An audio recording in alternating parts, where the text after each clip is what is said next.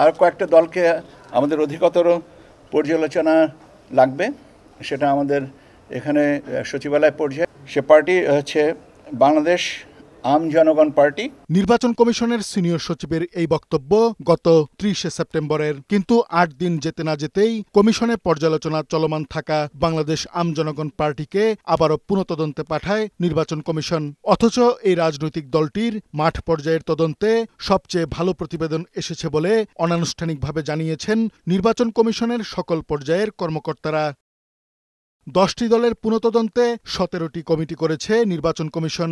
রাজনৈতিক দলগুলো যেসব জেলা উপজেলার কমিটি জমা দিয়েছে এর বাইরেও তদন্ত করছে নির্বাচন কমিশন। এতে সেই সব রাজনৈতিক দলের প্রতিবেদন নেতিবাচক হবার সম্ভাবনা বেশি। বাংলাদেশ আমজনগণ পার্টির আবেদনে চট্টগ্রাম অঞ্চলে 11টি উপজেলার তালিকা উল্লেখ ছিল, কিন্তু পুনঃতদন্তে 2টি উপজেলার নাম বাদ দিয়ে নির্বাচন কমিশন ইচ্ছেমতো নতুন 2টি উপজেলা অন্তর্ভুক্ত করে দিয়েছে। এ বিষয়ে লিখিতভাবে ইসির সংশ্লিষ্ট শাখায় জানাতে গেলে নির্বাচন কমিশনের সিনিয়র সহকারী সচিব মোহাম্মদ দেলোয়ার হোসেন উল্টো দলের উপরেই দায় চাপান। 51,000 পাতার আবেদন জমা দিয়ে নিজ দলের বারবার তদন্ত, অন্যদিকে 172 পাতার আবেদনে কোনো দলের শর্ত পূরণ, এমন ঘটনায় বাংলাদেশ আমজনগণ পার্টির নেতারা উদ্বেগ জানান। শুরুতে যে শর্তগুলো দিয়েছে সকল শর্তগুলো আমরা সকল রাজনৈতিক দল স্বতঃস্ফূর্তভাবে সেটি সম্পন্ন করার চেষ্টা করেছি। এখন আবার সেই দলগুলোকেই আবার আরও একাধিক শর্তের মধ্য দিয়ে বিভিন্নভাবে ফাঁসানোর চেষ্টা করছে একটি লাল কালির দাগ দেওয়ার জন্য। সেই লাল কালির দাগ আমরা নিব না, আমরা মানব না, কারণ শুরুতে যে রিপোর্ট এসেছে সেটার উপরে ভিত্তি করেই আমাদেরকে নিবন্ধন আমরা বুঝে নিব রাজপথ থেকে। আমি জানি যে আমার দলকে রাখা হয়েছে পর্যালোচনা মানে হচ্ছে আপনার ইসির দপ্তর কেন্দ্রিক চিন্তাভাবনা, তাদের পর্যবেক্ষণ। আমাদের তো এই ভিজিট শেষ, আবার নতুন করে ভিজিট শুরু হয়েছে, তো আমাদের তো হয়রানি করা হচ্ছে। বর্তমান ইসির উপরে আমাদের একটা আশা হয়েছে যে আগামী নির্বাচনটা হবে বিগত 53 বছরের মধ্যে মানে দৃষ্টান্ত রাখার মতো একটা নির্বাচন হবে, কিন্তু ওনাদের কাজ কারবার দেখে সেটা মনে হচ্ছে না। কিন্তু ওনারা চাচ্ছেন না যে এই নির্বাচনে সবাই স্বতঃস্ফূর্তভাবে পার্টিসিপেট করুক, ওনারা চাচ্ছেন যে গুটি কতক নির্ধারিত রাজনৈতিক দল ইলেকশন করুক। এটা হলে তো বলে দেন, আমরা সবাই উইথড্র করে নিয়ে যাব। আমরা এটা ওনাদের কাছে আশা করিনি। আমরা মনে করি যে ওনারা থাকবেন ফেয়ার, ওনারা কোনো চাপ নেবেন না, কোনো লোক দ্বারা প্রভাবিত হবেন না, কোনো ব্যক্তি কোনো শক্তি দ্বারা প্রভাবিত হবেন না, এটাই তো আশা করেছি আমি। কিন্তু এখন আমার মনেও কিন্তু একটা সন্দেহ চলে আসছে যে আসলে ওনারা তাইলে ওনাদের কথায় থাকতে পারতেছে না। প্রথম দফায় তদন্তে যেসব দলিলপত্র চাওয়া হয়েছে, পুনঃতদন্তে অনেক বেশি তথ্য চাওয়া হয়েছে, যা রাজনৈতিক দল নিবন্ধন বিধিমালার সাথে সামঞ্জস্যপূর্ণ নয় বলে মনে করছেন কয়েকটি দলের নেতারা। উপজেলা পর্যায়ে সদস্যরা ফর্ম পূরণ করে এনআইডি সহ জমা দিলেও আবারও সম্মতিপত্র নিতে বলা হয়েছে।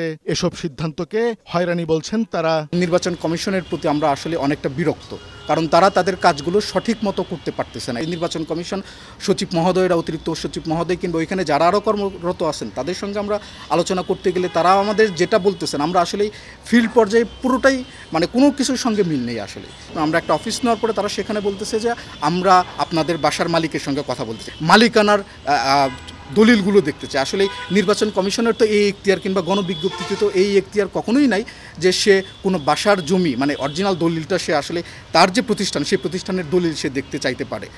এটা আসলে মানে আইন বহির্ভূত। প্রথমে সবগুলো তদন্ত হলো, আবার হঠাৎ করে পুরোটাই আবার পুনঃতদন্ত, আবার পুরোটাই অধিকতর তদন্ত। পদক্ষেপগুলো খুবই অ্যাব্রাপ্ট এবং আসলে আমাদের একটা হয়রানির মধ্যে ফেলে দিচ্ছে। তারপরে অফিসের সাইনবোর্ড কেন ছোট হলো, মানে সাইনবোর্ড থাকে না, সাইনবোর্ড কেন ছোট হলো সেটা নিয়ে অনেক জায়গায় আমাদের ধরা হয়েছে যে সাইনবোর্ড কেন ছোট। রাজনৈতিক বিশ্লেষকরা বলছেন নির্বাচন কমিশনের এসব কার্যক্রম প্রশ্নবিদ্ধ। যারা ক্রাইটেরিয়া ফুলফিল করছে তারা নিবন্ধন পাচ্ছে না, আবার যারা ক্রাইটেরিয়া ফুলফিল করছে না তাদেরকে নিবন্ধন দেওয়ার ব্যাপারে একটা অতি আগ্রহ লক্ষ্য করা যাচ্ছে। এটা কেউ না কেউ, সেটা নির্বাচন কমিশনের বাইরে হোক বা ভেতর থেকে, তারা নির্বাচন কমিশনের কার্যক্রমকে ইনফ্লুয়েন্স করছে, সেটাই প্রমাণ করে। এটা কিন্তু অ্যালার্মিং, এটা কিন্তু এই নিবন্ধনের জন্য অ্যালার্মিং না, এটা ভবিষ্যৎ আমাদের নির্বাচন প্রক্রিয়ার ক্ষেত্রেও এটা অ্যালার্মিং।